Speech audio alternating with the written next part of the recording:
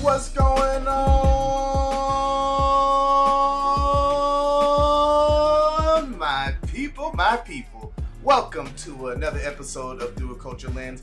My name is Michael Anthony, and with me, as always, is the illustrious, the wonderful, the queen of all queens, the one who should be in Wakanda forever, Miss Amber Gray. How you doing, girl? I'm doing good. How are you doing? I'm doing good. You know, it's hot outside. It is hot. I know we talk about this all the time. I know you like that smoldering, but I just can't take it. It's just, it's just too hot. It's just too hot. It's just too hot out there. But you know, things are going well. How are things going for you? You having a good week? Having a good week. Having a kind of a tiring week, but a good one. Just happy to have summer still around. I love summer, so I'll never complain about this time of year. I know, because summer's coming to an end soon. And I don't want to. We're in July. Can we not? No, we're in August basically. So it's about to be August soon. I like the present. I live in the present. You do. Well, that's good. That means you won't have anxiety nor depression. So you winning on both ends. That's the goal. Right. And of course, you guys, thank you, our third host, for joining the show. Whether you're on Facebook, YouTube, Twitch, no matter where you're at, we can see you. So definitely, please hit those thumbs ups. Please share. Please subscribe, and just let us know how you feel about the show. You know, and we got a good show that's going to be going on today. Let me just double check to see if we are everywhere we're supposed to be. Yep, we are. So we're live and direct in all the streaming platforms. So if you guys, you know, as a third host, you know, please stay in the chat. The chat, of course, on this feed right now is from our YouTube. But if you are watching us on Facebook or Twitch, we will be monitoring those chats as well.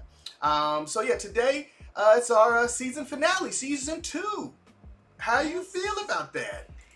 I feel good. I feel like it kind of went in a blur this time around because we had a little stop and starts a little bit. And then we're kind of getting our feet wet and got the hang of this YouTube thing a little bit. We're trying to improve and obviously do better in other ways. But I feel good. I think we need the break. I think we need to be fresh. And, you know, we'll be coming out with our podcast too. So you guys are seeing us on streaming platforms. We'll also have the podcast version of the show, which will come out most likely in September. Yeah, so I feel good. I think it's a much needed break so we can come back fresher with some more dope content. And how are you feeling about it? I'm feeling good. You know, I think, you know, when we first met, because I think it's been about a year now that me and you have officially met. We still haven't met in person yet.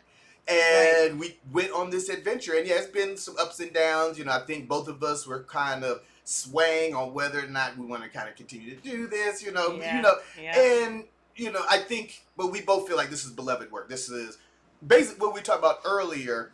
I feel like we are doing critical race facts, not theory. We are. We're doing critical race facts. And so, you know, I'm just excited to, you know, be doing this show with you, you know, going 2 seasons. You know, we lasted longer than Lovecraft Country. I know. The jokes gotta keep coming, you know. Even though it's so sad, keep on coming. But you know, I think it's good. You know, it's something that we've never done before, and we wanted to kind of tackle it. And we've talked about some issues that kind of enlightened me on a lot of different things. Yeah, I'm pretty sure you learned a lot. I feel like that our audience, you know, the third host, they keep on feeding us with great information and just the dialogue. And I am getting excited for what's going to come because I know behind closed doors, me and you've talked about some upcoming things that we're not going to give with you guys just yet, but this is our season finale for season 2. So, you know, just happy to go ahead and get started. Yeah. I mean, it's hard as you guys. Hey, Aisha's in the room. It's just one of those things where with YouTube specifically, if you're not talking about certain things, you're not going to get that. You're not going to hit that algorithm kind of sweet spot and get catapulted. And I don't think we're quite there yet. We're on our way, but everything we're doing, we're proud of. So that's one thing that I think we could say. We're not doing things for views or for numbers. We're doing them because we believe in them. We think they're topics that we're discussing are not being talked about enough, are not being talked about in the way that we're talking about them. So we just love to do this stuff because not only does it bring our community together, but it also brings just different viewpoints for the both of us. And it kind of, that splinters off into other things that we have going on that we're doing. And I just think that this kind of dialogue is needed in the Black space. And hopefully we can continue to bring fresh content and reach as many people as possible. Absolutely, and I believe some of the efforts that me and you've been putting together, we've definitely gotten some numbers going, and I believe we're going to get that one. It's like Robert Townsend said in Hollywood Shuffle, all it takes is just one. So we just need that one episode that's going to go ahead and make us get to certain numbers. And kind of talking about numbers, like our subject today that we wanted to bring to the audience and have a dialogue with them is sort of this concept of art imitating life and life imitating art. But right now, with a lot of the conversations me and you've had during our production meetings, talking about different topics, and some of these topics we actually wanted to have its own show, but we just couldn't fit it in. But now we want to kind of discuss these things about, like, is life imitating art, especially from a Black cultural perspective? Yeah. Like, this is another chicken and the egg conversation. Is art imitating life, or is life imitating art? What's coming first? What's the catalyst? Exactly. And so, obviously hit those thumbs up, subscribe, notification bell, share. I don't know what you guys do over in Twitch. We ain't got no tip jar just yet, but whatever you do over in Twitch, hit us up with that. Hey auntie, what's up, girl? And just keep on giving us that feedback. But we're gonna go ahead and move right into it. So of course, we're talking about is life imitating art, and there's been some content that we have noticed that's been coming out that it doesn't feel like it's for pure entertainment purposes. It feels a lot more, I don't know. Destructive.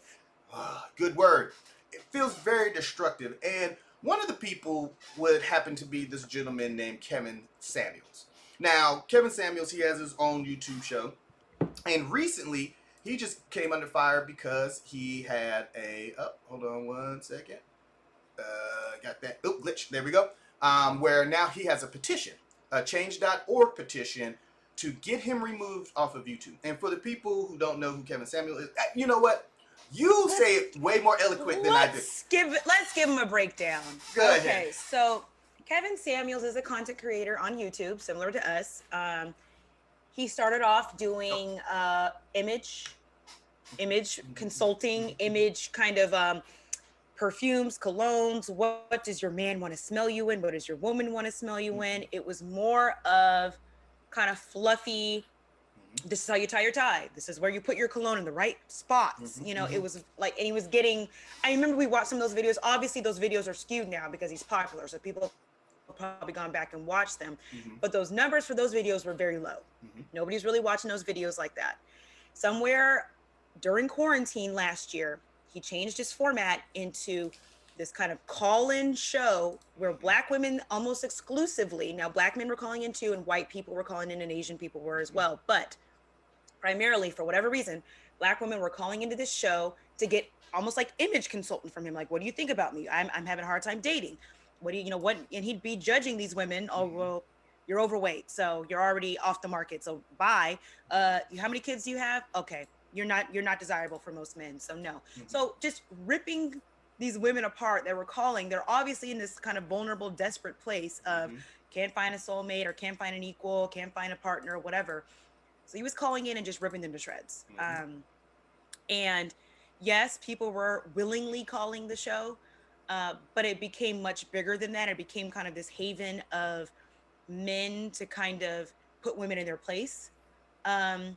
Men to kind of use women in a certain demographic, mainly Black women, mainly single Black mothers, put them in this place of like, just because you might have a degree or a high paying job and you have your own house or have these good things going for you, the simple fact that you are a Black woman with a child and unmarried puts you out of the ranking for a quote unquote high value man, which is the term they throw around. High value man, high value man, high value women, which unfortunately the high value in this community is money.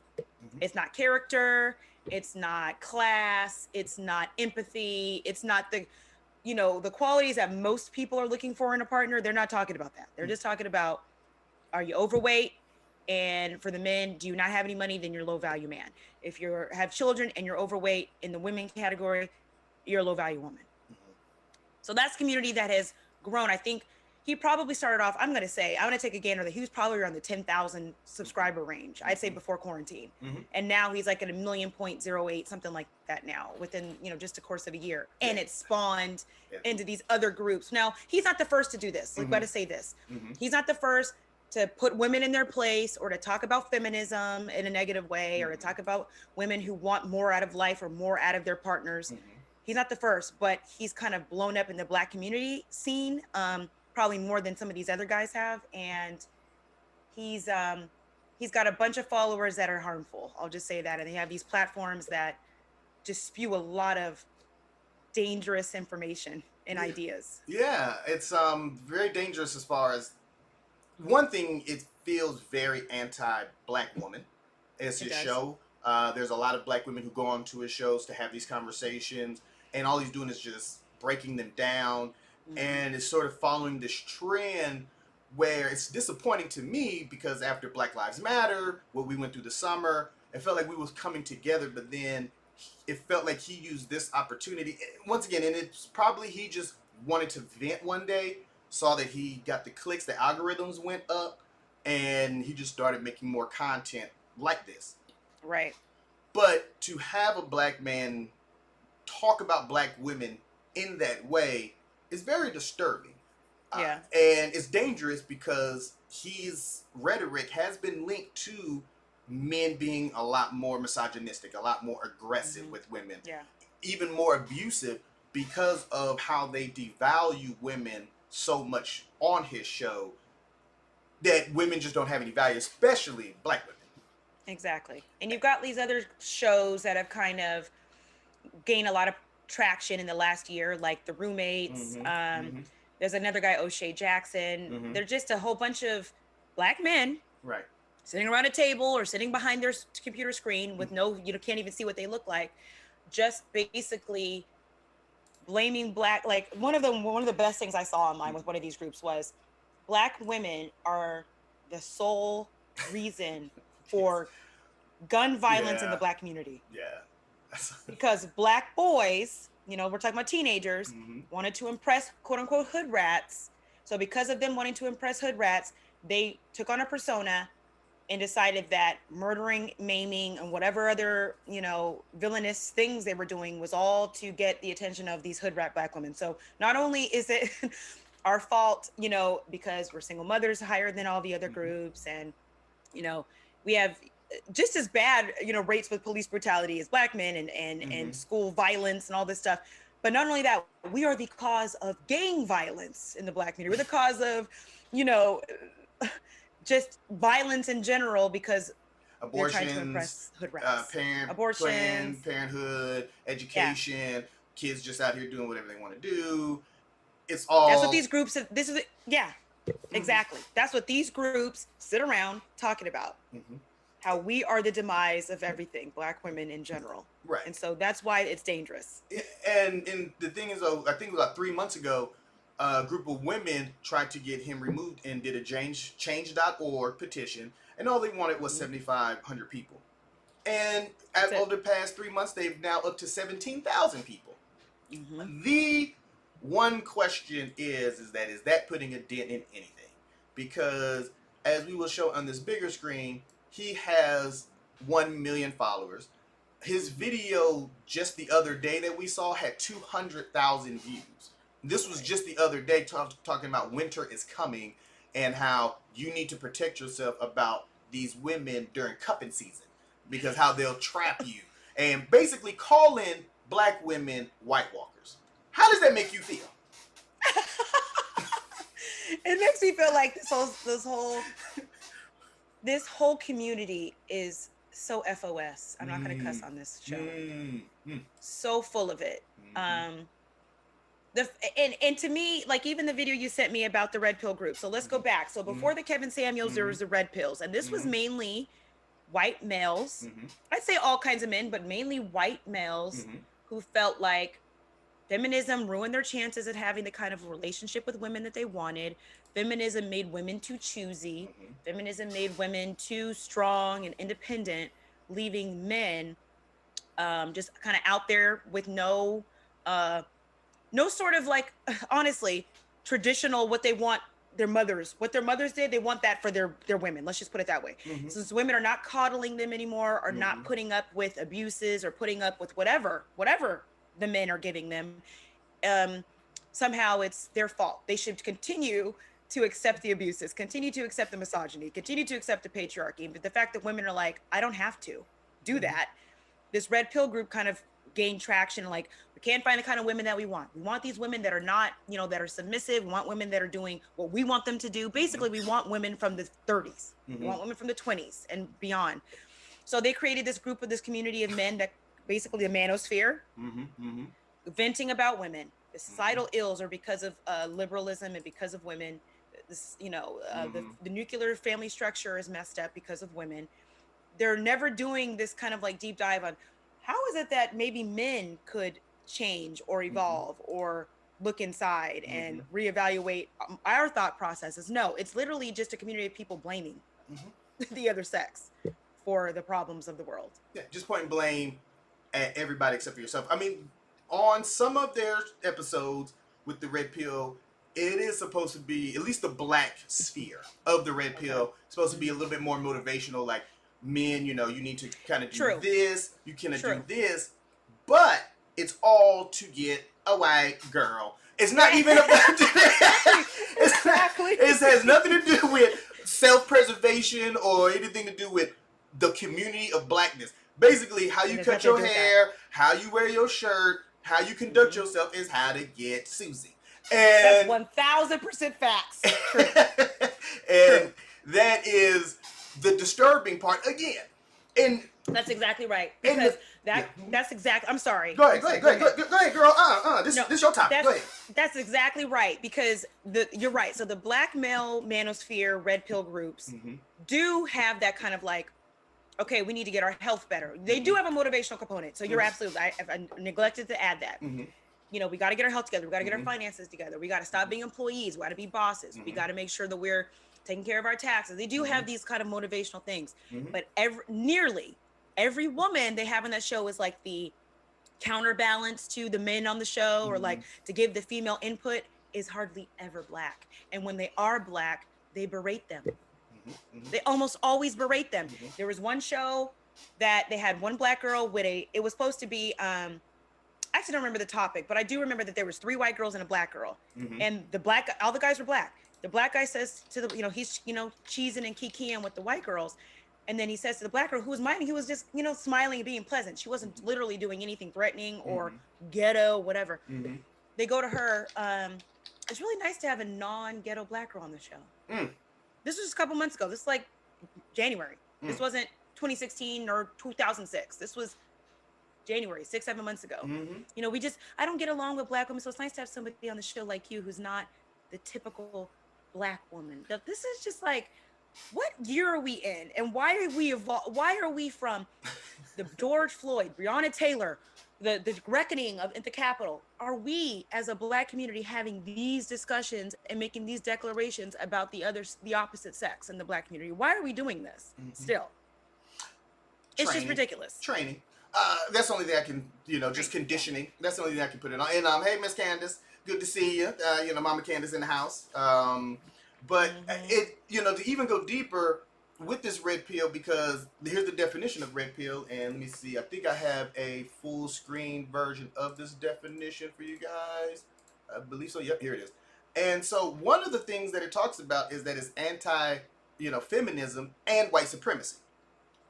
So that's where, to me, it gets a little sketchy, because it started out, if people remember The Matrix. If you ever seen The Matrix, it's about Keanu Reeves and about this world that we live in, the internet, and that we're being used as batteries, human batteries for AI machines. It's basic, like Terminator, but a lot more sophisticated. And whenever Neo, who's played by Keanu Reeves, is about to wake up from his slumber, he's given a blue pill where he can go back into his world, or he can get the red pill, which is going to open up the truth to him and get him out to escape. So this whole red pill theory that's floating around is that everything that we've been hearing, everything that we've been taught, have been lied to us. That there's actually some deeper truth to it, and it came from the right wing, and it birthed out of 45.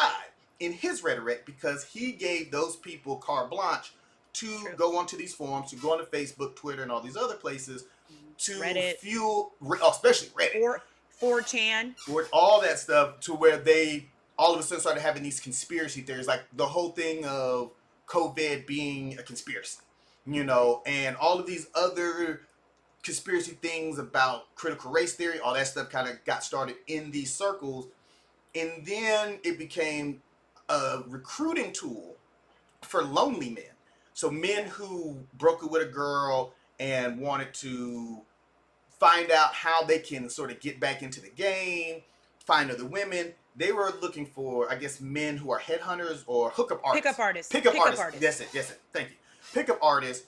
So then they would listen to them. So if you got your heart broke, then you would go to a show on YouTube, listen to this man talk about picking up women, but then he would have another show talking about anti-government stuff. And then you had these people who are behind the screens who were going into these rooms as black people, going into these white supremacist rooms. And they were actually sympathizing with these white supremacists because they were all dealing with the same thing, which is the plight of women taking over and making men slaves. Yes. In a nutshell. And just when we wanted to do this episode a while ago, but we got so exhausted. My body was like, I cannot do this episode. Amber was like, you can't do this. Amber was like, nah, we can't do this. We got to do something else. And this is too much. It's just, it's deeper. It's deeper than even what we're saying, because it is. We're talking about a group of men, who, like what you just said, who have blamed women because they can't keep one, right? They can't keep a woman, so they blame them. Then they go into groups called incels. So they turn into incels. Yep. Which is an involuntarily celibate male. He's involuntarily celibate because women won't have sex with him. Women won't have sex with him, probably for reasons that he refuses to acknowledge. But because they're not about accountability, right? They just prefer to blame whole groups, to blame women, to blame black women, whoever they can find, as opposed to going, maybe it's my misogyny, or maybe it's the fact I don't take a shower only once a month. I mean, there's like probably a multitude of reasons why, because there's literally somebody for everybody. I promise you. Right. Somebody will like you regardless of what you look like. But if you stink and you have a personality flaw that you need to work on, then you might have some issues. But they don't want to talk about what they need to change inside. They rather talk about this person, that group.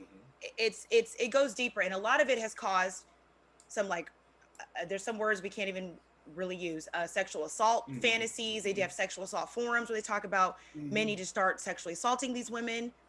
I mean, it goes a lot deeper. That's why I was like, a couple months ago, it was too heavy for me. I'm like, I can't do it. I can do it now, but couldn't do it then, because it's a deeper community that's permeating in the social media space that is very dangerous, and they're targeting young people through video games. So kids will be playing video games where they think they're just playing or watching a mindless video game YouTube video. They'll infuse it with this highly politicized, highly radical ideology, which turns some of these boys into mass shooters. So it's a lot deeper than just a bunch of guys mad at women and all that. So just wanted to put that out. It is a lot deeper, but in particular how this one is like they're teaching men how to not be chivalrous and not be gentlemen anymore. Basically, to bring it back. Yes, exactly. To kind of bring it back, it's like you're teaching men how not to treat a woman in order to get a woman, which doesn't make sense. It's like, you don't, like, men who just pull up, and was very famous in Think Like a Man, where your boy pulled up for Megan Good and wouldn't get out and open up her door. Now they're like, they won't even go to the girl's door anymore. Like, the girl, they'll just honk and have her come down because that's just too much for them to do. So they're even pushing this whole non-gentleman agenda, which then chivalry gives men a sort of point of reference of like how to treat a lady, because that's where it comes from. Now, ladies are no longer in existence. Now, women are this like byproduct of this idea of like basically below men, like almost subhuman, sort of, which is dangerous. This is when abuse happens. This is when thinking people have no value. So if you think nobody has a value, then you think they're subhuman, and that's what does that sound like? Black people, Native Americans. So if you think somebody is subhuman and has no value, then they're disposable. They're not worthy of respect or kindness of any sort. And what makes it even more funny is that they preach this masculinity. If you're going to teach masculinity or quote unquote preach masculinity to this group of men that are your followers, you're like literally doing a disservice by removing treating people the way they should be treated, treating people, women included, should be treated like human beings, children, all this stuff that, that's to me the height of masculinity is knowing that people have value and treating and creating safe spaces for people who are not as strong as you, I don't even want to say weaker.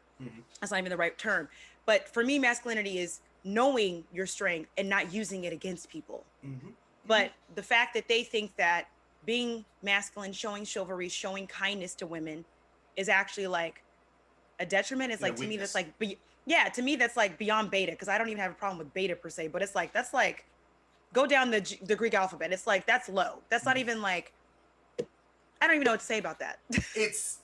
And the thing is, I'm just going to plainly say, I think these men are homosexuals. I do. I think majority of these men who are out here saying this stuff are homosexuals, but they need a platform. They need YouTube to pay them some money and violence. Just like that quote I told you earlier, victims love entertainment, victors adore education. So if you are a victim, and most of these people who are watching these shows are victims, and that CNN, which will be in the show notes, there's a CNN video about the red pill and how people feel sorry for the men who first joined them because they're hurt, and a man's ego, when it's bruised, it's hard for us to sort of crawl out of that. So we find our tribe, we find other men like that, and then if another man talks, that's why men talking to your single best friend isn't always the best idea when you're mad at your girl. That's just like old school kind of thinking. But that's what they did. And they went to other men, and these men started teaching them. And this is where the art is starting to imitate life, because they're taking this content off of YouTube, just like us, just like what we're trying to do, but they're using it to turn on people, and then even not to even correctly find love. They're teaching these men how to find women that are approved by the masses, not by yourself. So you get that's exactly the Brazilian woman. You get the Brazilian woman with the nice hips and the long hair, but you don't get no shallow. Very, very low frequency, very shallow. Yeah, that's a great point, because it's not like their platform is not about finding depth.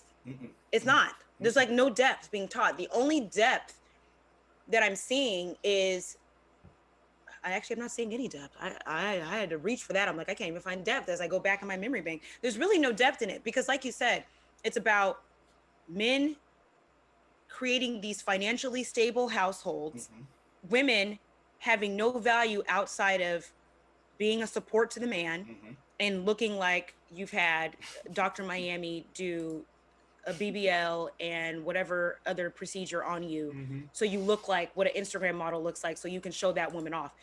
They literally do not care about anything else. They don't care about a woman's education, which they've said on many times. We don't care if you went to school. We don't care what kind of job you have. We don't care if you're a business owner.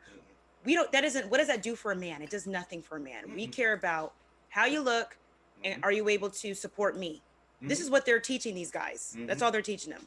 Other substance that women bring to a table means nothing to a man. Looks and support me. That's it.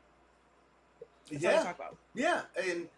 But then there was one point, and of course we're going to move on to the next subject, because we knew it was going to get all fired up about this joint. Tobias said they're teaching men to be soft. They don't think, and that's the thing, Tobias, they don't even think that they're teaching them to be soft. They think this is hardening them. They think this is hardening them so they won't be taken advantage of by women or anybody in the future, which this is actually not going to happen. They're actually going to end up being alone, divorced, or like Kevin Samuels, a 3-time divorcee, which nothing's wrong with that, but I don't think a 3-time, 4-time, 5-time divorcee, whatever the male version of that is, should be teaching 20-something, 30-something-year-old men that chivalry's dead. Don't open the door for her. If she weighs over 180 pounds, drop her. If she has a kid, like, I don't think he should be your savior, your God. You shouldn't be taking advice from him at all. But the thing is, he's the Wendy Williams. He's the shot jock. This is Kevin Samuels and some of these other people. But once again, I think that, they're not going to end up with women, because they're going to end up with each other. So that is my take, because anybody who hates on black women, really any woman. But again, if you put down your own race, your own female, females in your race, right, for another race, there's something wrong with that. There's something wrong with you. Because the thing is, though, I've dealt with women. I have 2 children. I'm dating somebody right now. All y'all women are crazy. So it doesn't matter whether you're black, white, Latino, Asian. All women are crazy, so it doesn't matter. The feeling is mutual. White, exactly. Black, Asian, or the white, you're all crazy too. Exactly. At least a black woman to slash your tires as opposed to shaving, glass in your food like a white woman would. But everybody has their, breaking point. So it's just disheartening, like you said before, what we've gone through this past year with them supposedly taking Uncle Ben's off and us getting these black stories and us getting Juneteenth and Black Lives Matter Plaza and all these things that's supposed to really make black people feel empowered. Yeah. Now it's like it's being taken away, and then even segue from that, black women can't get it on the dating scene, nor can they get it on TikTok. So now you got the black TikTok creators, which we really didn't get to talk about. It's been going on for a little while, but black TikTok creators are saying that they're sick and tired of having their content co-opted by other people and making all the money and going on Jimmy Fallon, which Jimmy Fallon apparently apologized, but then brought the original creators on virtually as opposed to live on air like he did the other person. Once again, I know this is a subject that is near and dear to your heart. What's your feelings? So I've never created a TikTok video. That's where my age just catches up to me. I don't even know how to work the thing. But I do know that within the last year, I think a lot of people have really blown up because of quarantine. I think like Tabitha Brown. Tabitha Brown, yeah. But she's so lovely though. She's so lovely. But she blew up from TikTok is what I'm saying. So TikTok has become a viable social media platform to explode your career. I mean, Trump wanted to get rid of it. Trump wanted to get rid of it. Remember that? Like in 2019, I think that was. He was trying to get rid of the app. It's a Chinese-owned app, I believe. It is, yeah. Korean or Chinese-owned, I don't actually know. It's Asian-owned, I'm not sure. Yeah. But essentially, it's just videos that people do. Well, they'll do voiceovers and they'll do like little skits and they'll do dances and all that stuff. But it's become like within the last 2 years, the platform that artists will release their music on or even create music specifically for TikTok because they know that once their song goes on TikTok, there's going to be a smaller creator or even a bigger one that's going to take that song and create a 15-20 second dance or whatever. That's going to explode that creator and also the song. So like Megan Thee Stallion had a song that came out, Thought-ish, that came out probably beginning of June. And around that time, the black TikTok creators decided that we're not doing a dance off this. They're waiting for us, the black creators on TikTok, to create a dance for this song. Because it's a hot song. It's Megan Thee Stallion. They made Savage and a couple of other her songs blow up more than probably it would have because of the dances that went with it that they created on TikTok. So in June, when her song came out, they decided they were going on strike.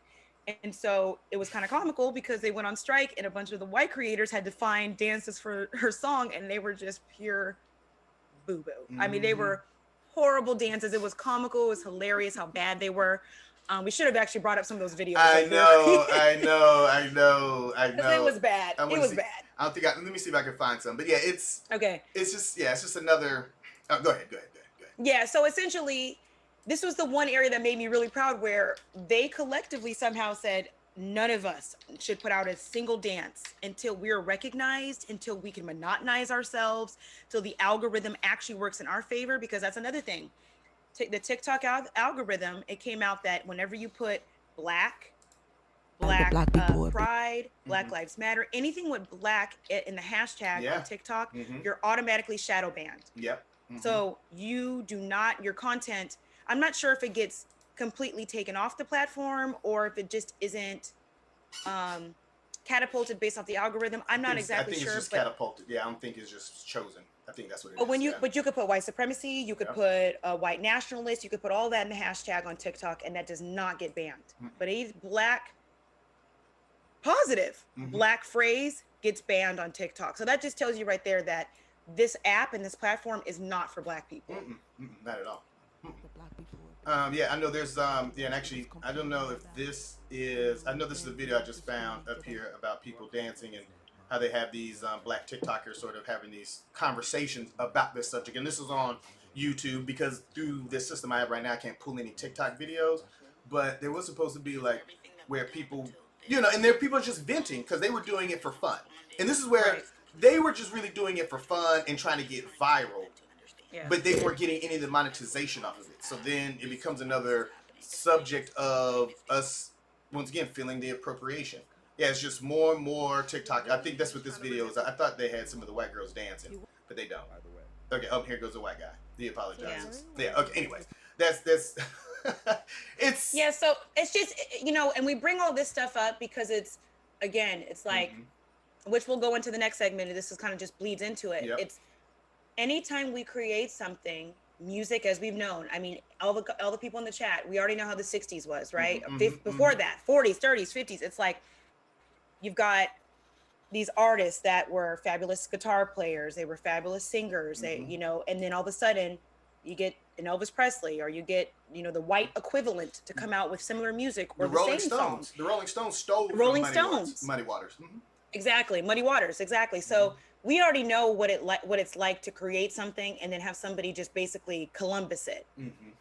These kids on TikTok are like, no, like we're not going to do this because we're putting hours in creating these dances. It's our sweat equity. It's our creativity. We need to get paid. And I 100% agree. But like you said, I think everybody got on that platform was just having some fun. But because we're not marketable to some companies still, they just went to the white source that was doing the exact same dance as the black artists were doing. And they know that white's going to sell. A young white girl's going to sell. Which is just this story as old as time, right?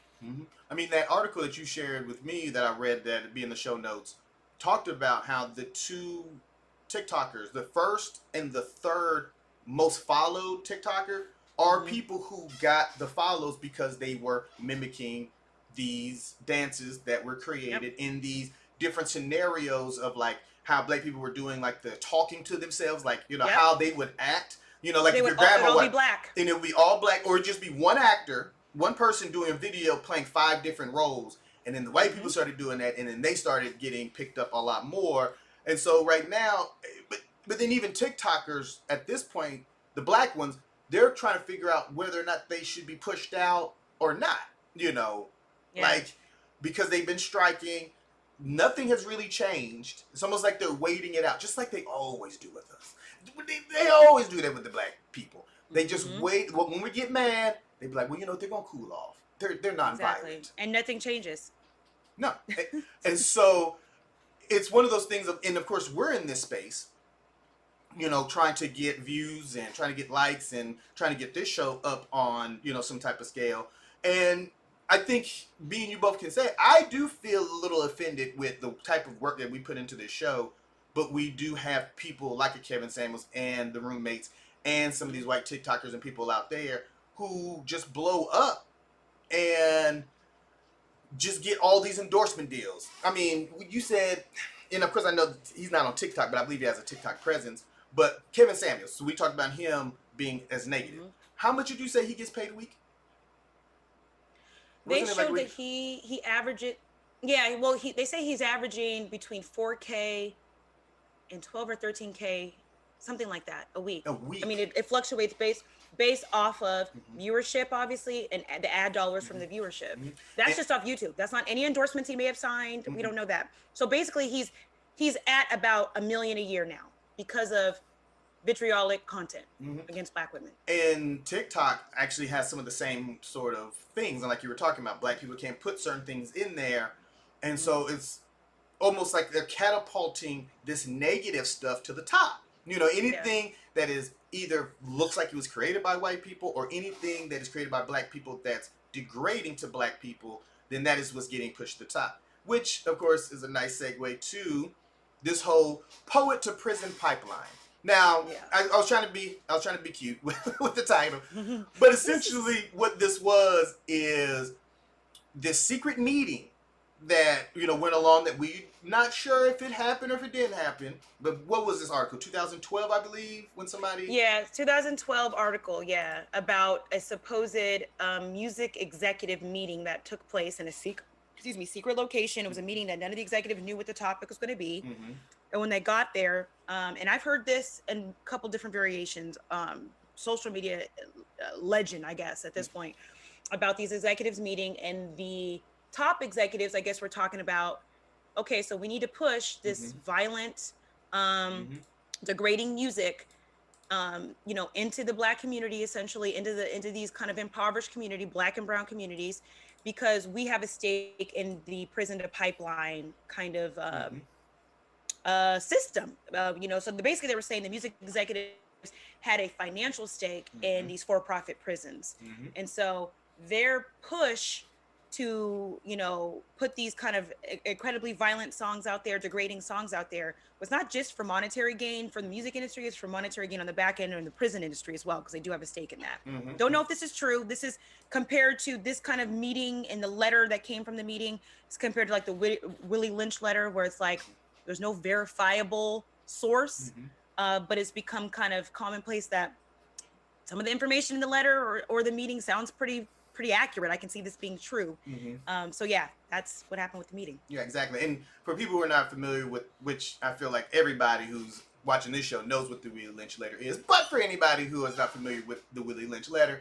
it is this letter that a man named Willie Lynch wrote to the Southern slave owners in order to teach them how to train your Negro slaves. If they first come over from slavery, then how can you break them? And it's basically a blueprint of dividing them up by color, making sure that you take the man out of the house, also making sure that the Black woman coddles the son and raises her daughter. And so if you read it, you start seeing some connections of like, oh, this feels like, what was happening then and what's still happening now. Now, the letter has been debunked and saying that somebody else wrote it. I actually met a person who allegedly wrote it back in Durham, North Carolina, but nobody really knows. But they say it's debunked. And so this story here, they're also saying that it could be not a real meeting. It could just be, another conspiracy. Just like the Willie Lynch letter, it was supposed to give people a heightened awareness of slave mentality. I believe this is supposed to do almost the same thing. Once again, I'm not saying that it didn't happen or it did happen, but it's supposed to give a heightened awareness of how the music industry perpetuates a more thuggery, buck type of persona for Black men, to where it will become the art imitates, or the life imitates the art, and people will start acting as they see on television, which would drive up the incarceration rate, which would drive up the profits, because they're saying that Columbia Records, Sony Music, all these, even who owned Def Jam. I can't remember who owned Def Jam, because Def Jam wasn't like its own label. I forgot who owned them. Right. But whoever owned Def Jam also has some stake in for-profit prisons.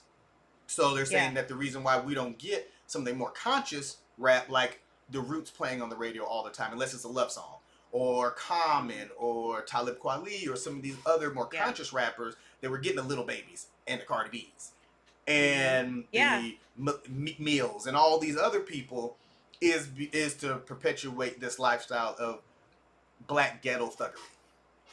Yeah, basically.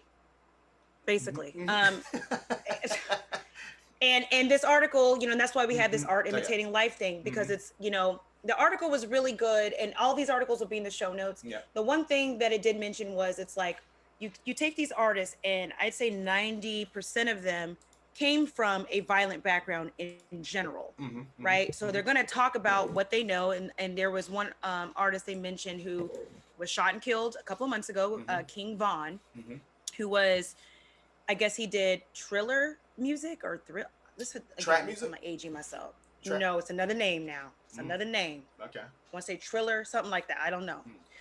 Some name that I will find. Exactly. I'm showing my age. Showing my age. So,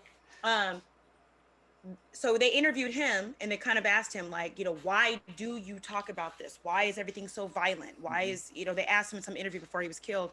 He was like, do you think I wanted to be raised in this project? Do you think I wanted my mother to be broke? Do you think I wanted to have nothing to eat? Do you think I wanted to have all these things? He's like, if I could have changed what my outcome was, I would have. And this is just what it is. So it's like, they're taking these vulnerable like primarily men, boys and men. They're taking these vulnerable boys and men who are from these backgrounds, who obviously have a little bit more of a emotional connection to this type of music because of where they came from. And of course, their music is going to reflect their background, which anybody else, your music is going to reflect who you are inside, who you see yourself, where you see yourself, where where you grew up, your environment. And they're, to me, specifically targeting boys that are coming from these places. Because if you think about it, I can only think of like Drake, who didn't grow up in an environment like that. Rick Ross. As far as I know. As far as we know. We don't really know, or we know Rick Ross was the CEO. We have some Rick Ross kind of ideas about who he was, but a lot of them... He's from Mississippi, but we don't know exactly how deep in the game he possibly was. We just know, he was a correction officer who then became a rapper. Right, exactly. But what we do know is that at least a good amount of these boys came from a rough environment. So of course they're going to be promoting a rough environment, because that's where they came from. That's what the record executives want. That sells. But for some reason, if you go down the list of all the boys that have gotten killed in the last year, it's all that kind of focus on this Triller, whatever. I wish I would have wrote this genre down. This particular type of hip hop music that I think comes specifically from an Atlanta neighborhood. You say Triller, I'm not familiar. It's like something like that. And I'll put it in the notes, guys, once I figure it out. But the point I'm making is that the article is basically saying, look, you're going to obviously get this kind of music because you're going to neighborhoods where these kids experience these things.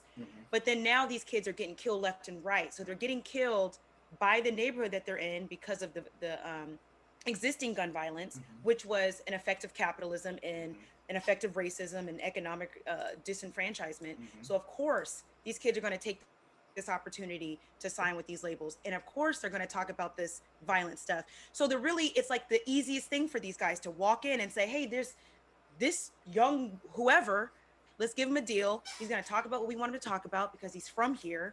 And we probably will get a good album or two out of him before he gets killed. Because I really don't think they care. Because if you think about, the guy that died last year on the plane, you think about the XXXTentacion, you think about all these guys that have died within a 12, 13-month period were all like 25 and under. And it seemed like they didn't care. They just popped in a new guy. And they popped in a new guy. It's like they're disposable at this point. And I don't believe... I know, but I really believe that the industry, even though they might say this is a false letter, I 100% believe they're churning these guys out. These guys are ending up getting taken advantage of financially by the music industry. They're given, shoddy deals. They're having to watch their back now because they're coming from a neighborhood of lack. And then when they go back, that jealousy and disenfranchisement is being reminded when they got the one guy who got out. So it's like these guys are not living long based off of this industry and how it just kind of eats the artist, really. No, I couldn't agree with you more on that one. That's just like when we talked about last week about the DNA and ancestry and my whole sort of thesis thing of is Black culture being created. And one of my theories is the music. It feels like we appreciate the 60s and the 50s and what's going on, Tobias. I see you in there throwing up the 50s and the 50s and 60s folks. Exactly. And that's when you had Motown, and that's when men knew how to once again treat a woman like a lady, not like trash. And then you had this Black Power where James Brown, Say It Loud, I'm Black and I'm Proud, and Gil Scott-Heron and Nina Simone and all these other folks that were doing more Black music. That's when people was wearing dashikis and things like that. And then even when hip hop came out, it was talking about the streets and the ghettos. Even NWA, their first album was talking about police brutality. And like they weren't really talking about like selling drugs. I mean, they were talking about like drugs happening on the street, but mainly from their inside point of view, not necessarily glorifying it. Yeah. Then all of a sudden, in that beginning '90s era, like it just picked up and it just went to a whole another thing to where you have rappers saying that they killed more Black people than the KKK. And you had, remember Lil Wayne on one of his albums talking about he's going to make somebody look like Emmett Till, dropping bars, and on something that sensitive. Right. And it's sort of desensitizing us, just like how they talk about video games are desensitizing these kids with these mass shootings. This music is desensitizing Black people against black bodies. If you think exactly. If you think about it, so I have another article that I'll put in the show notes about the psychology behind the music that we listen to, and we talked about this on another show when I was in one of my media. I think it was one of my media communications class, and they were just talking about just the vibrational, like people, even if you aren't spiritual, you cannot deny the effects of the type of things that you consume and listen to. You listen to. Yeah, this is it right here. If you listen to, yeah, this is a really good article because it talks about how there was a neighborhood in some city that the kids were hanging out by this like city hall area by this fountain or something like that. And so the city decided they're going to play classical music and play it loudly in that area. Well, because the kids didn't connect with classical music, it actually like deterred them from going back. So they actually wanted the kids to get away from that area. So they played the classical music loudly and the kids never came back. Stopped hanging out there. So the article talks about the psychology behind music. Like the kids, when you listen to something, it either elicits a feeling or it's an emotional kind of connection. Like, when you listen to something happy and you're already in a good mood, you connect with it more. But if you're in a bad mood, it might lift your spirits or it might, make you feel worse. But I mean, that's the thing with music or just anything you consume. It elicits a response. And they made this point that if you don't relate to a music, it's hard for you to consume it. So like those kids were like 14 or 15. Classical music was to them old white elitist music. They didn't relate to it. So that's why they listened to rock or whatever music that kind of is at the same class level as them, maybe has the same angsty feelings about school or whatever it might be. So you're basically kind of having this like synergistic relationship with it where it either confirms who you are as a person or who you want to be. So that's why music can be very dangerous. So if you want to be something, if you feel powerless in your neighborhood, you feel powerless at school, you feel powerless in your home, and you listen to a Little Dirk or whoever, and they're saying, kill this person, that is an emotional response of your powerlessness and gives you power in a negative way, unfortunately, to give you the kind of like chutzpah, whatever term, to feel like you could, that you could, I love that. Get that kind of power, that respect that you don't feel like you have in your day-to-day life, which is why there's a parental guidance on music. That's why there's a parental guidance on television and films, because the industry is aware how powerful this stuff is. It's the consumer that needs that media literacy that they don't have. Absolutely. It's just so, once again, and it just feels like they're behind it all. I mean, it does get exhausting to say the white man. It is. And you don't want to always say like everything, there's a lot of people that definitely has not allowed the white man to hold them down. There's a lot of black people out there that was like, well, no, white people are not going to hold me down. I'm not going to do this, do that. But once again, when you have a culture that was created out of bondage, there is a certain things that's going to kind of perforate with that. And of course, we've done the math before, 250 years of slavery, 103 years of Reconstruction. We've only been free for 52 years, or 53 years right now since the Civil Rights Act of 1968, where black people are 100% citizens.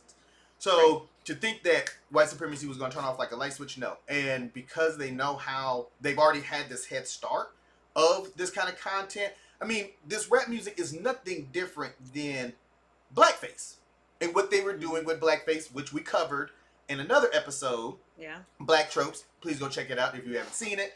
When we talk about how white Hollywood created these black caricatures that are still being presented to us today.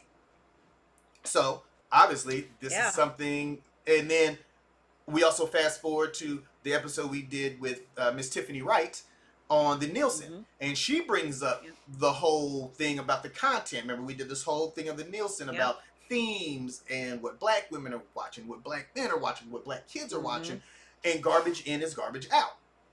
And that's why I told you, when I went on my hiatus from hip hop music, do you know I still haven't went back? Well, okay, I'm sorry. there are some times like, where, like that ain't true. Well, okay, there's a couple of club quarantine moments, when I'm with Aisha, we just dancing the night away. Yeah. But as far as like daily, like I used to listen to Pac every day, Biggie, Jay-Z, and always try to stay on top of like the newest hip hop. At this point, it's like y'all ain't talking about nothing, and it's just too bad. But I see that the chat is popping off. What's going on in the chat? It is. I'm trying to see. They're saying some good stuff. Okay, your mom made a good point. So Dubai made the point about the liquor stores being the malt liquor going into the black community, and I made a comment of like, yeah, it's the liquor stores on every corner. If you're in the black neighborhood, it's like they're like on every two on like there's two on one corner over here by my house. And then your mom made the point of not just alcohol but cleaning supplies, perms, many other products targeted black folks. Which I agreed because, living in a predominantly black neighborhood like I do, it's not just those things. I mean, we have environmental racism. We don't have access to clean food, healthy food. We don't have access to any of that here. Every time I go to grocery shop, I got to go in the white neighborhood. I don't ever shop over here. Yeah. Because there really isn't even an option, to be honest with you. There's one across the way that the food actually has gotten better. But prior to that, I would see rotting food just sitting in the the produce. So there's a lot of areas in which they've made sure that we were marginalized and we didn't have access to things, not just, these kind of superfluous conversations about the music industry and the film industry.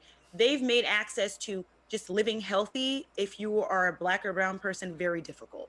So I can agree to what everyone's saying on that for sure. Well, even piggyback a little bit off of that, and I know we want to get to some more of you guys' comments, so thank you always, third host, for giving the comments, bringing that smoke on through a cultured lens. But I know whenever I'm in the ghetto or if I'm in a white neighborhood, it is based off the fast food restaurants. Yep. Now, McDonald's, everywhere. If you see a Chick-fil-A, you safe. If you see a Church's Chicken, you may want to, you may be around with your cousins at, and that's just, Zaxby's, you ain't going to find that in the black neighborhood. That's always in the white neighborhood, which I know there's not a lot of Zaxby's up here. Anybody that knows anything about the Zaxby's I don't even know what Zaxby's is. Zaxby's is basically like a version of Chick-fil-A.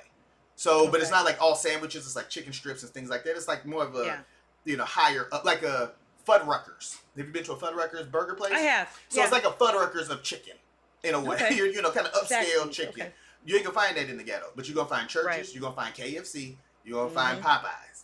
I don't find no Popeyes really in the white neighborhoods, ever. Right. So, and also Whole Foods. Never seen a Whole Foods in the ghetto. Never seen a Fresh Market in the ghetto. And, I live in Alexandria, and I made a conscious decision when I moved up here, where was I going to live? I had a choice. Did I want to live in Maryland with all my people? Did I want to live in D.C. with some of my people? Or did I want to live in Northern Virginia with a whole bunch of other people? And just based off of resources, laws, amenities, school districts, especially with me having a son who's about to be in high school next year, it was just a no-brainer. Yeah, I pay a lot of money, but for that sort of peace of mind to knowing that I can go down to the Safeway here and be able to get some decent stuff. To even go to the Dollar Tree in the white neighborhood is completely different than going in the ghetto. Oh, yeah, exactly. Let's go back to the chat real quick. What they say? I hear some Black Poets conversation. Let's see. Where did that start? Where did y'all start this conversation? I'm trying to see who. Maybe they was talking about my Poets to Prison Pipeline. The Last Poets. People should listen to the Last Poets. They were ahead of the game back in the day. Yeah, and Tobias said he still has his old stereo and records. And then my aunt said she grew up listening to Last Poets. She played it for my cousins, her kids. And my mom was talking about Little Walter. So yeah, like everything we're saying, it's just regurgitated of what's always been happening, right? So it's like what we talked about, outside of the Kevin Samuels, which has happened to a certain degree throughout history of like men finding fault with women in their advancement. Because that's really what it is. We're talking about women advancing and having more of a say in their life than we ever could. And that's one thing that people need to realize. It's like women were really allowed to say, I don't want to get married, or I don't want to have kids, or I don't want to do X, Y, and Z. Probably in the last, 40 years, 50 years? I mean, before that, it was like they had to get married. And if they weren't married, they just had cats and people like there was no in between with women. It was like there was marriage or you die. Right. Because right. back then you got married, your husband was responsible for you, and Right. you took on his last name, and that meant that you really just had children and you stayed at home. Now is the first time, we're probably like first to second generation of women that don't have to do what we don't want to do. We don't have to automatically get married or automatically have kids. There's more of a choice of like, maybe I don't want to get married, or maybe I don't want to have kids. Where having kids was just kind of like, well, you're a woman. That's like what you're meant to do. And I think there's a little bit of a disconnect of women having kind of more of an idea and a progression in their life trajectory now, and men, some men at least, staying kind of stagnant into, well, no, you should be my helpmate, and I should, be the leader, and you're just here for babies. Like there's still a segment of men that are still kind of stuck there, when a lot of women are like, I'm not there anymore. Like I've kind of progressed. And I think what would be helpful for that red pill group and men that kind of follow in those that line of thinking is just realizing, again, we're human. When we're human, that's one thing where we got to start. Just like white people have to come to Jesus, Black people are human. We're not made to be taken advantage of, taken all of our talent and resources taken and drained for all that, all that we have. But once we get to that place of like, women are human and they have choices, and I need to be able to be okay with that and still maintain my manhood. Like your manhood does not have to be destroyed because a woman has a choice. But I just think there's a group of people that they just can't seem to come to that agreement. And then with the whole TikTok thing, like I hope that brings some sort of change for Black creators, but I don't know, because it's as old as time taking stuff from us.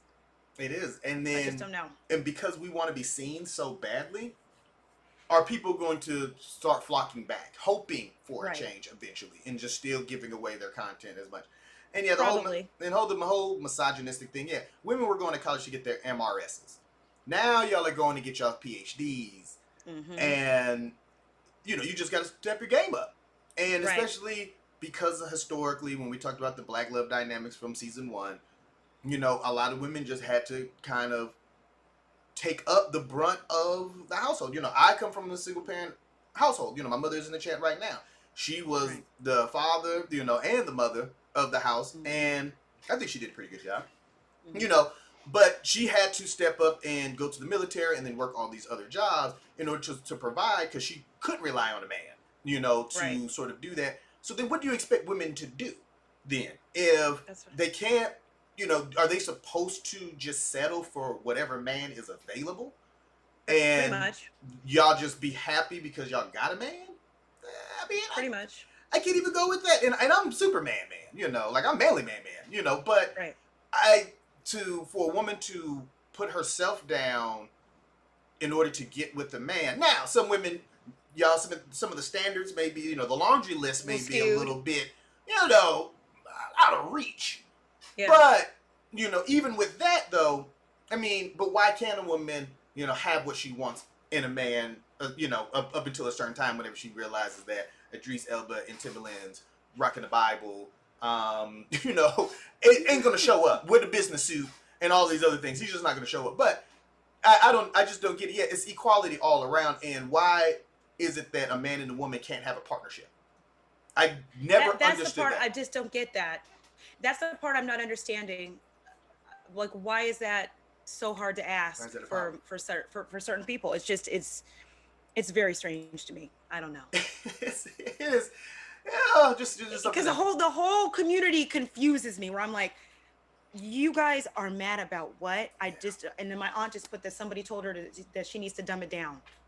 Somebody told my aunt that. A man told her she needs to dumb it down in the chat. Oh, really? It's just.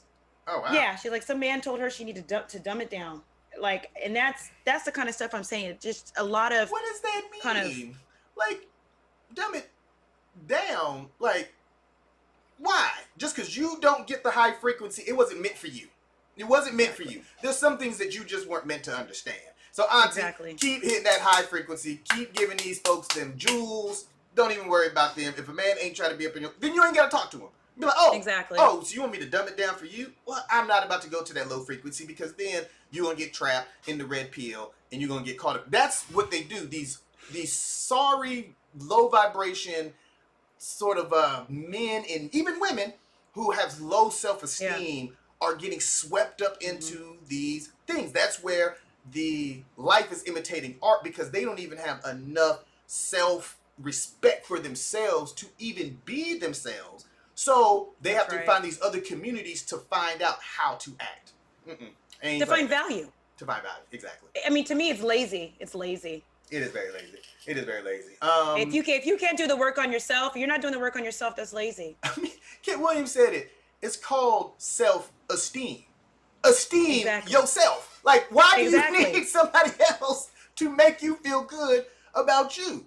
Because the victim. You brought that up earlier. It's exactly. I think people are really perpetually in the victim mode, and I think that, unfortunately, the way racism has worked, it has put Black men in the most victimized place. And that's not of any fault of Black men. I'd say that Black men are probably, and this is where they get disempowered. Black men are probably still the most victimized by white supremacy, economically, physically, emotionally.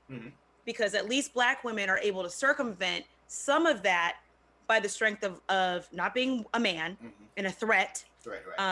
Obviously, we're going to obviously have the same kind of racism in the intersectionality because we're women. But at least Black women are able to go to school. We're able to kind of put our nose down, work, get hired at these companies. But a lot of Black men aren't. A lot of Black men that maybe have the same qualifications as us don't get the jobs by simple virtue of being Black men and having that stereotype that they're not going to be hard workers, they're not going to be whatever. So I get the frustration of feeling like not only can I get the job, I can't make enough, I'm not being given the same opportunities. I start these businesses, I can't get business loans. I understand the frustration, and I understand why, not even just Black men, why men feel this, I'm being pushed out, because we do have this heavy LGBTQ kind of, as we talked about with the Nielsen report, they're over indexing on TV. So you see an LGBTQ person on just about every show now. Do you see a straight masculine Black man on every show? No, that's actually not happening as much as you would think. I mean, it does happen, but not as often. Because so I can see how men feel like, if I'm not a gay Black man or a trans person or a woman, I'm not getting anything. I'm not getting any sort of push. I'm not getting a job. Like, I get the frustration. That's very true, because I'm thinking, even with two pieces of content that first came to mind, is Blackish. I love Blackish. Me too. But Andre has no backbone. He's the weakest one out of the whole family. And then even the Upshaws. Just watch that. Mike Epps' character. He's shiftless. He's the least responsible person on the show. And it does kind of show. It's a trope. It's a trope. It is a trope that continuously gets perpetuated, and I do get tired of it. But the thing is, though, am I getting tired enough of it to where I'm going to start hating on women? Or that's the thing. That I'm going to start, once again, because I'm comfortable in my skin, I'm not going to let Andre determine that, because I don't have representation on screen, that it's going to determine how I represent myself. And that just tells you the power of media. The fact that there's groups of people that can be that triggered by the lack of representation. And we know, like we said, representation matters. We know that.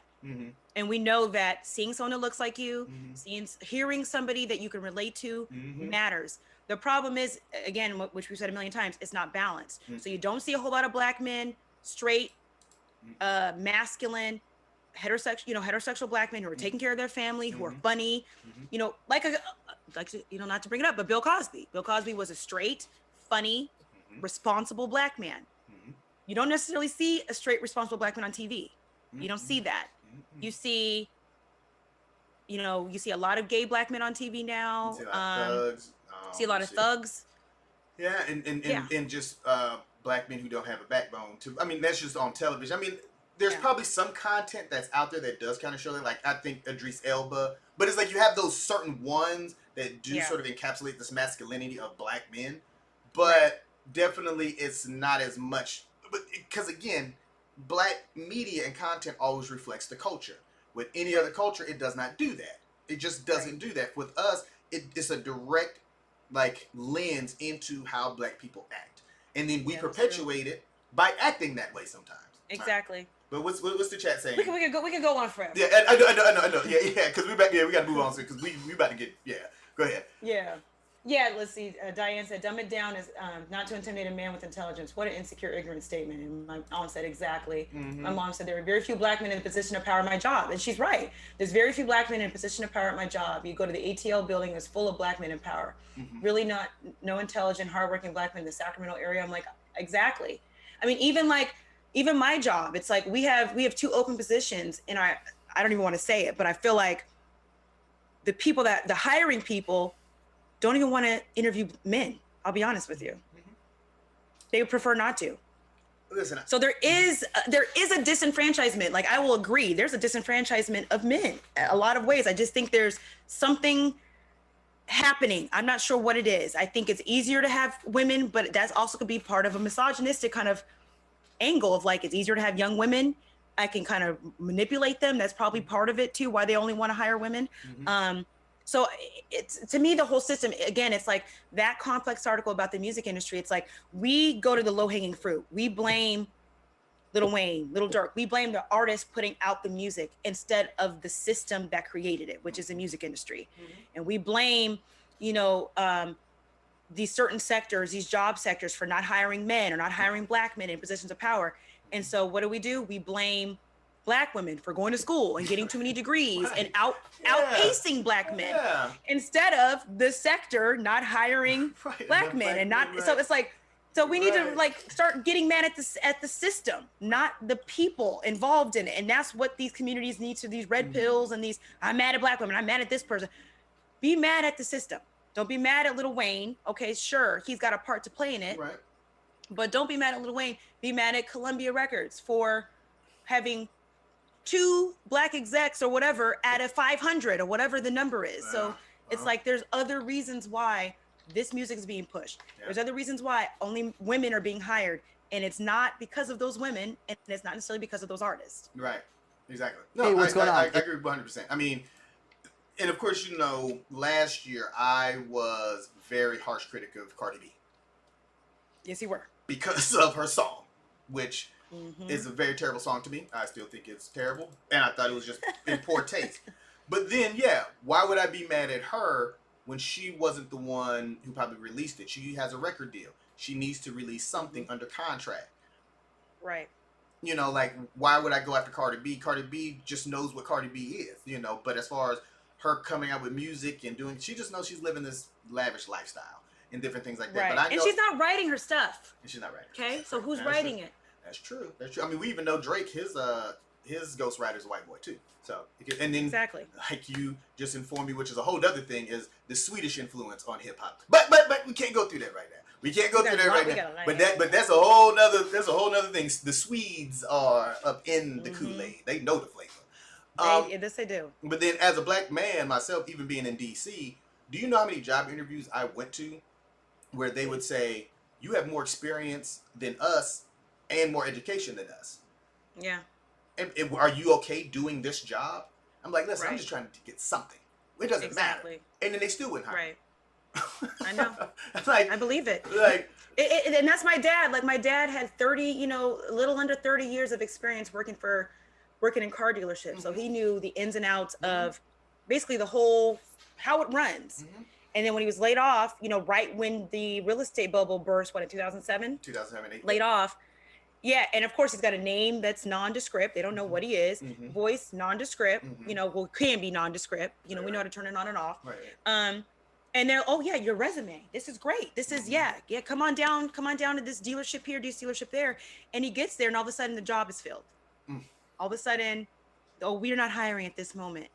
Okay, well, I had this great conversation with you online about being a GM or whatever, executive position. We talked for 30 minutes. You come down to the dealership to talk to you, and all of a sudden the job doesn't exist. They don't want to hire black men. Because they just don't. Because they feel that we are a threat, that we can go off, that we may smack a person up. They think that we're going to rob them. Maybe start dating the white girls, and because of what they see on TV. Once again, our life and how it's represented on TV directly affects how people view us outside of our own race. And we do have to move on, because you're right, we can get on this forever. But I did send you that article, and if anybody hasn't looked it up, I think Tulane did this research where they were talking about how white people look at you on how you identify, on either African American or That's black, right. and how if they would describe the exact same person, like let's say it's me, handsome, very fit black man, very educated, intelligent, and if I identify myself as black, then I make less money, I'm less intelligent, and I have less of a future and also worse credit than if I just refer to myself as African American.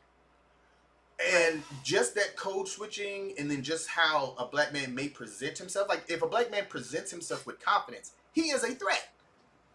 Yeah. In whatever 100%. way. And black women, I think, is because of how black women have always been like the best friend. Black women being house keepers, especially during the Reconstruction, and a lot of these white men grew up with Sally and Mary, taking care of them. They're comfortable with us. They're comfortable with black women because black women raised them too. So they're like, okay, there's nothing wrong with having a sassy black woman. She sets everything straight. She makes sure everything's in order. But that black man, I'm just not yours. So that's the thing. And we check 2 quotas, women and black. So they don't. That's why. So it's like not only are they more comfortable with women, but we check the 2 quotas, make sure they have enough women and enough black people. Like in my last job before this one, I think I've told you this. I could count 1 black man. There was 2 at one point, 3 at one point. And then by the time I moved to another building, there was 1 in that whole building, 1 black man, and I was probably one of 2 or 3 black women in general. That's great. And I know a lot of black engineers. Yeah. So I know that this was not a black engineer issue and there's just not enough out there. I know a lot. I worked for Howard in the engineering department. There's a ton of black boys coming in and out who were brilliant. So to tell me you couldn't find any it's not true. It's not true. But go ahead and see at the chat. I see that Tobias says most of the TV shows or commercials show biracial couples without any real strong all black couples in them. It's true. That is true. Mama Candace says, something's. Hold on. What did Auntie say? She said something because she was like, I know, Lisa, very sad, and the ones that we have run out of are very nefarious circumstances. Oh yeah, my mom was talking about how they don't have hardly any black executives or in her job except for in Atlanta. And she said the ones they did have in California, they ran out for sexual harassment and those kind of things. Yeah, and then Aunt Lisa was like, years ago at one of her jobs, a friend was a woman in HR, and she told her that they were told to mark applications with the B if it was a black man's application. You can't make this stuff up. This is somebody's own testimony and we've all kind of seen something with that. Tobias said they're looking to get weaned by a black woman. Talking about, I'm assuming you're talking about the white men that hired the black woman. They're looking to have a bosom to lay on, like they did with their mammy. Exactly, which a lot of white boys, they trying to snatch up the sisters right now. They do. I don't even know if I would even want to bring up this last thing. I mean, I guess we can real quick. I guess we could just. Actually, at this point, we've kind of people are tapping out now because this is longer than we expected to go. Okay, well, I mean, just to kind of end on a good note because we did kind of fire off a little bit on this one. So at least to kind of end on a good note, because the other thing that we at least wanted to end on is this whole imitation of life, imitating art, is that we're starting to get representation, nominations. So the Emmys. They've had 49% of the reality and acting categories are by people of color or non-Anglo people. And actually there was a lot of, that's what they said, non-Anglo, because, you have some Asians, you have some Latinos in there, but there was a lot of black people in there, which some of them was a little bit questionable, like Don Cheadle having only 3 minutes of screen time and getting nominated for the Winter Soldier, or the Falcon and the Winter Soldier, which it was a good scene, but is it Emmy worthy? What is it? Viola Davis. I don't even remember the scene. It was like in episode 2. It was like so. It was like it was so minor that it was like a good cameo. But did he deserve? I don't know. And Don Cheadle, he's awesome because Black Monday's awesome. Sudden Moves, that's a good show. He was even good in Space Jam. But for him to get for this, it's just like now y'all just handing stuff out. And then they already have Cedric the Entertainer up there. So then the thing is, it feels good that we're finally getting represented. But the thing is this one of those where we're not trying to be like the Golden Globes or the Oscars? You know? Is it a not retaliation, but like a pendulum swinging? Like response. Golden Globes had a whole bunch of a whole bunch of kickback, whatever. Yep. Issues. Let's make sure that we over-index the Black nominations. And the thing is, though, basically, I'm really, really interested to see what the viewership's going to be for the Emmys, because all these award shows have been going down. Matter of fact, even the Olympics is going down because everybody's now going to streaming on demand when I want it, when I can have it. But now with all of these nominees of color, plus having a black host, I'm really wondering if this is going to, if the Emmys are now the BET Awards of TV. You know, if like black people are going to tune in to watch it, and if the numbers are going to go up, because we like to support ourselves. So the thing is, though, it's great to have this, but it doesn't feel genuine in a sense. You know, once again, I haven't seen all of these shows. I am not going to say that these people who got nominated were not deserving of the nomination or even winning the award. All I'm saying is, because of what we went through, this feels a little heavy-handed to say, hey, we're the Emmys, we do TV, we're not racist. Exactly. You know, we're going to show you, because a little under 50% of our pool is people of color. You're welcome. Yeah, I guess we'll see. Like, this is probably the one that I have really not watched in 1,000 years, because the Emmys, the daytime Emmys and the primetime Emmys have been just award shows that never really, like, I don't know, they just didn't seem fun. Golden Globes, if I watched anything, it'd be Golden Globes and Oscar. I never really watched this, but we'll see. I mean, it's good to see like some things that you would not normally see, like the Pose actress is the first trans person to ever be nominated for a Best Actress, I believe, or Best Leading. Yeah. Best lead actress. Actress. Yeah, so that she's the first person to ever be nominated, first trans person. So that's cool. We will see when it comes to this, because I don't think that's gonna. I feel very jaded by these award shows saying they're gonna do this and do that, and they do it maybe a year or two, and then they go back to what they normally do. And that's with all these industries, like, you know, the whole music industry conversation we had, and now they've got a coalition. Some black artists within the music industry created something called the let me bring this up. Called the Black Music Action Coalition. Yeah, so this is to keep the music industry accountable for its practices. This was created last year. It's got, I think it has a lot of anonymous partners on top of some partners that are, you know, A&R and some executives. They're tired of the music industry being white run and being and them getting kind of disenfranchised and not being able to have a real say in the kind of music that gets put out there, kind of deals that they make. So I do see people are kind of like creating these kind of accountability coalitions. And that's one thing that like the Golden Globes talked about doing now, that, you know, people are just sick of them, just business as usual. They're just sick of it. So hopefully groups like this and other industries will come together and create these coalitions that really take these long-standing systemic racism industries to task. So I think that's the only way that anything's going to change in any sector at this point. Yeah. No, I 100% agree. So, but the thing is, though, it's also, when are we going to take ownership for ourselves? When are we going to take ownership for our culture, our voices? When are we going to stop being co-opted? Like, how is it that white supremacists co-opted black men against black women? I know. That is. I know. That is some serious like brainwashing. Unbelievable. That is strange. And then for them to also be in our music. So the thing is, though, like media literacy, what you watch will continue to get pushed out. Again, you know, I heard this quote last night. I actually wanted to call the show this title, but then Amber was like, nope, don't do that. But it didn't flow. It just didn't flow. I feel you. No, it's all good. I just felt like it was dope. But, you know, victims love entertainment. And all these people who watch Kevin Samuel's show, these women who are going up there knowing that they're going to get berated. You know, they feel like they're victims. They don't have any self-esteem. Right. So even these rappers who are knowing that they're going out there talking about their stuff, you know, they feel like they're a victim of circumstance. Right. You know, and so all these people are feeling that, you know, in order to escape their victimness, they need to have some escapism. And don't get me wrong, I love escapism. I'll watch Star Wars, Lord of the Rings, anything like that for escapism. But I'm not going to go to escapism as far as where it's detrimental to my family and my community that standpoint. And so people just need to take a responsibility and know that there is a bigger machine that is taking over. And no, slavery happened a long time ago, but some of the remnants and some of the things that are being manipulated then are still going on now. People just need to be open. And also, black men, stop killing each other, because if the revolution started tomorrow, we need y'all. So y'all need to quit this. Y'all need to quit this. And it's just sad. It's just yeah. I don't know. It is. Another show. But yeah. We don't want to keep y'all too long. We've been here. Absolutely. Yeah. This is about to go for an hour 30. But it's our season finale.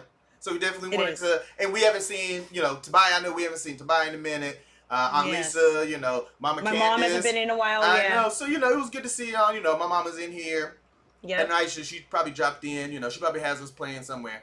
But just wanted to definitely thank y'all for checking us out. Please hit that thumbs up for you, folks. Subscribe. Notification bell. We will have some new content out.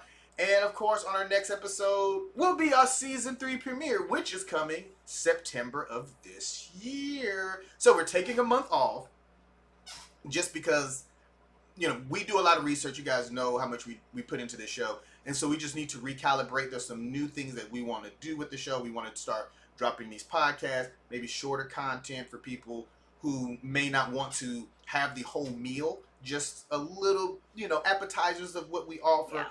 And some other things that we have down the line, and especially our lineup for next season, which we're pretty excited about. That we're still formulating, but we have some good ideas for it. Exactly. Yeah. Definitely love you guys always coming and being in the chat. And the chat's popping tonight, which I absolutely love. So yeah, we will see you guys in September. And my aunt said, those women that call into the Kevin Samuels feel like attention, like know it. What'd she say? She said something about attention, like bad attention is better than no attention, basically. Bad attention. And that's sad. It's because it's at least attention is like press. Like, is there such thing as bad press? It's bad press, yeah. And at this, if you're black, yes. If you're black, that's true. If you're black, yes, it is. But I think that when you already feel like you don't have any worth at all to begin with, then if somebody continues to demean you, to then I guess help you break. I don't know. You know what? I don't even know why sometimes I try and get into people's heads.